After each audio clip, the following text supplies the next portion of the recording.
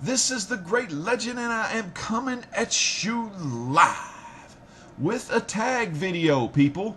I was tagged by my good buddy Howlermouse. You may have seen him before on Comic Talk Podcast.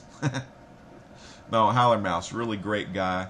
I've learned so much about him through his comic book videos. Really great.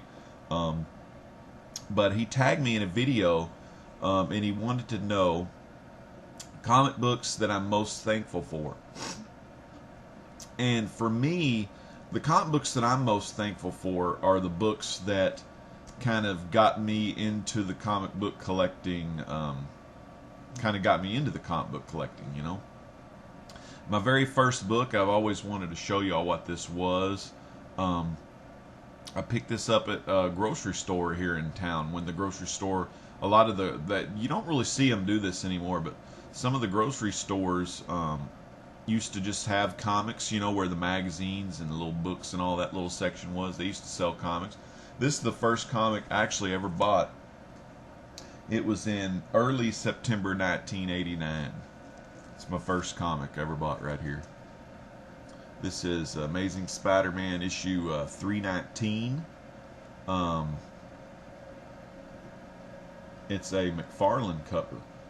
Todd McFarlane. And when I got this book, I didn't even know who the hell Todd McFarlane was.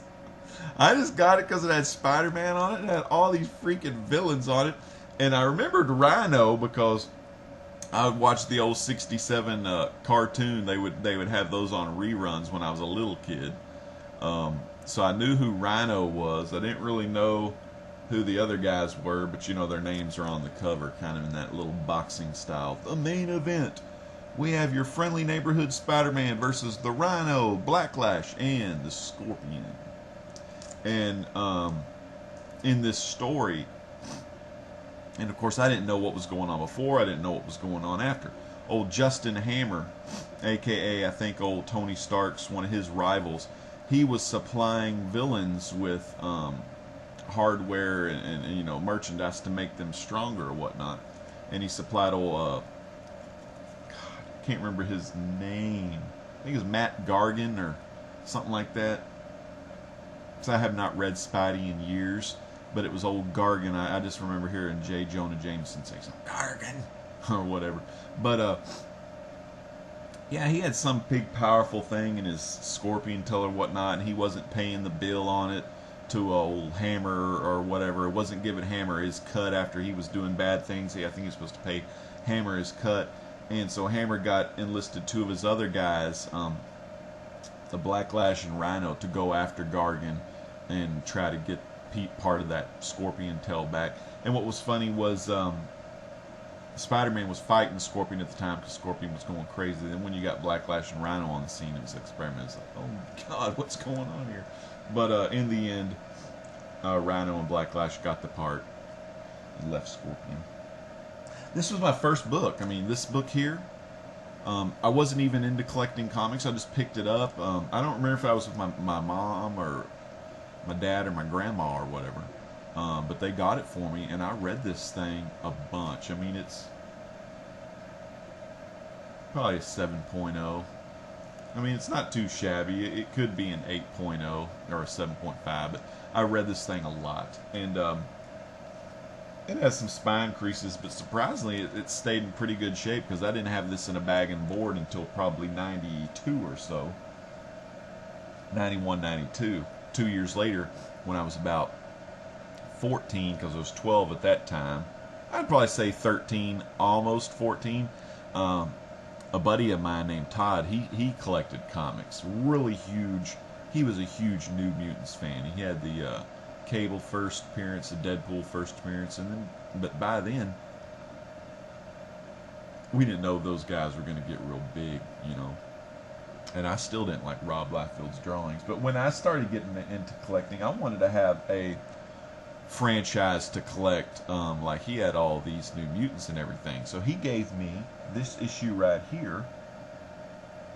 It's not the same exact issue. I've upgraded mine and I sold that other one because it was really beat up. Maybe he just gave it to me because it was worn out comic, really bad shape, but is Fantastic Four 310. So this was my first issue of Fantastic Four that my buddy Todd gave to me. And I was like, Fantastic Four, because I knew the Fantastic Four. Because, I watched that old 60s cartoon reruns. And I was like, well, who are these other people? They got, if you look real close, of course, we know that's Crystal from the Inhumans and Sharon Ventura, Miss Marvel / not the Kree girl, but another Miss Marvel, and Human Torch and the Thing. So that was the Fantastic Four at the time. I don't know where Reed and Sue were. I guess they were off, they always took long breaks to help their marriage, But I really loved this cover. I read the book, and the Thing and Sharon Ventura, Miss Marvel, they were trying to get away from the bad guys, and I haven't read this in years, so I can't remember it all the way through, but they got in a rocket and they made their escape. Anyways, during their escape, a rocket got hit by cosmic rays, and the Thing, let me open this up, the Thing, this is a good shape. I got this, just has a little corner tear a little bit down there, I think, but just a little chippage maybe. Let's see. I know I'm going kind of long in this video and I need to wrap it up. I'm just showing you some old books. Anyway, so they're getting away in the rocket. Turn the page. Explosions on the ground.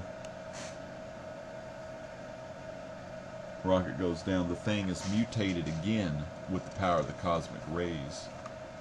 I like that shot right there. Oh my God!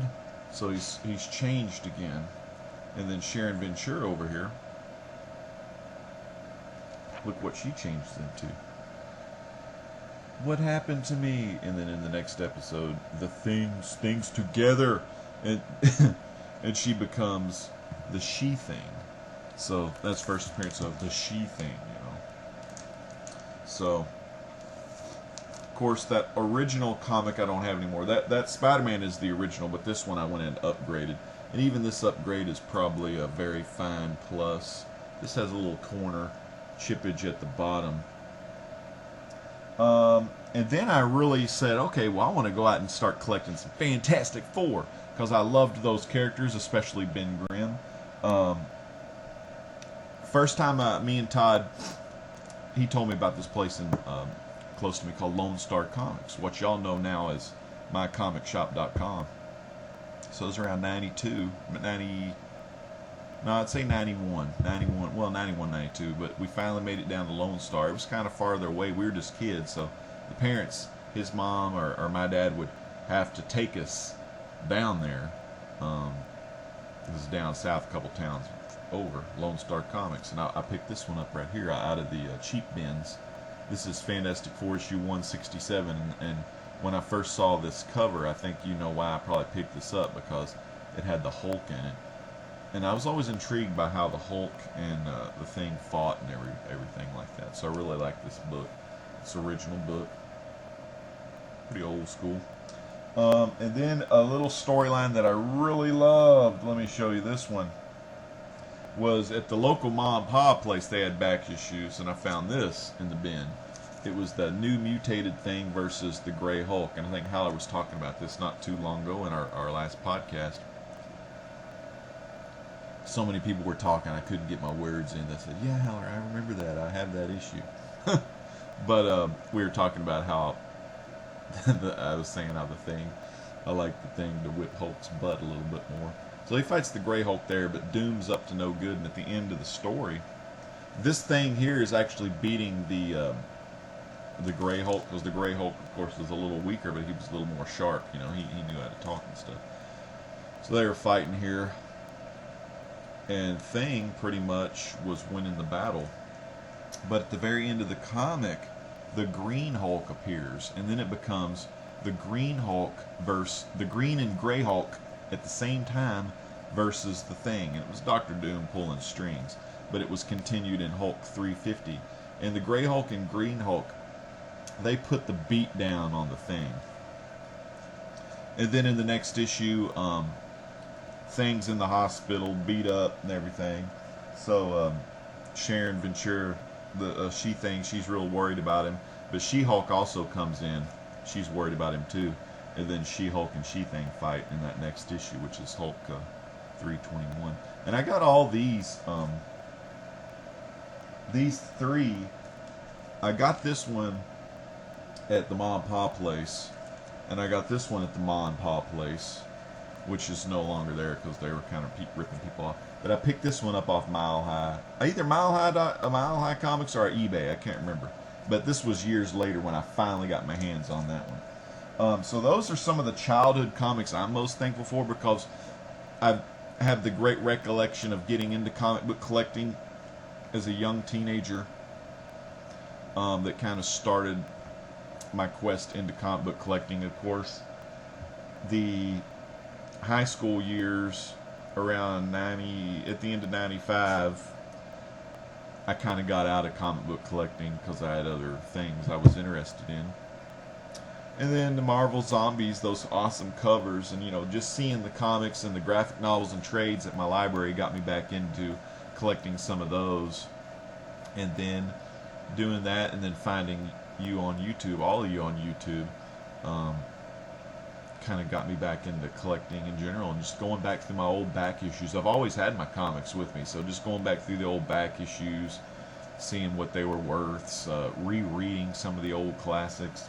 And then another thing that I'm most thankful for in comics, let me show you a recent comic book that I got not too long ago. Commandy, #1. This is 9.4 condition. I always try to buy my best in near mint. I don't think I paid too much for this, but this is Commandy 9.4. So I'm actually working on my Commandy run to try to collect all the Commandies. I've read issues 1 through 5, but I had to stop because I'm going to read them all in a row. Because it's just better than me having to wait and then forget what the story is. But why am I thankful for Commandy? Well, it's pretty much the reason why I'm thankful for YouTube and all of you other comic book collectors out there in general, because Commandy is just an awesome story. One, it's just a great story, something I never really knew about or even heard about, probably because I was just -3 years old, because I wasn't born yet. But great story, or however, I don't even know how, it may have been before that, early 70s. But great story. And another reason why it means a lot to me is because all of you other comic book collectors have always been talking about it, and I really cherish like the comic book community as a whole. So that's why I think Commandy means a lot, not only to me, but to a lot of the newer comic book collectors that have just kind of started to get into Commandy. And I don't even know when I think it was Scott and Howlermouse primarily were the two, guys that were really preaching Commandy, that kind of got everyone like started in Commandy. So I thought that was really cool. So yeah, that's some stuff I'm most thankful for in comic book collecting. Not only, mainly, I've got Avengers 1, I've got some big time money books, mainly just that one, but I have some, other CGC stuff and things of that nature. But to me, the things that are most important to me are like the things that you can take and you remember back in time. Yeah, I remember when I bought that book. And like that Spider-Man book, for instance, I was reading that book like crazy. I usually, out of my family members, I was the kind of guy that just kind of liked being left alone. Let me just kind of read or, play some video games. I didn't really like doing other stuff. Just kind of doing my own thing, But anyway, that is the books I'm most proud of, or the ones I cherish the most. I just love those old books, and I'll probably never get rid of them because, why would I? I mean, they're just part of me now, part of my collection. I always feel like each comic book you read becomes a part of you, because you read that story, and that story will be with you because you've read it. And if you read a bunch of books like some of us do in the comic book community, and you can retain that knowledge like Mr. Howlermouse can, it's just really cool. He has some great stories to tell, so check him out. Check all the comic book community out.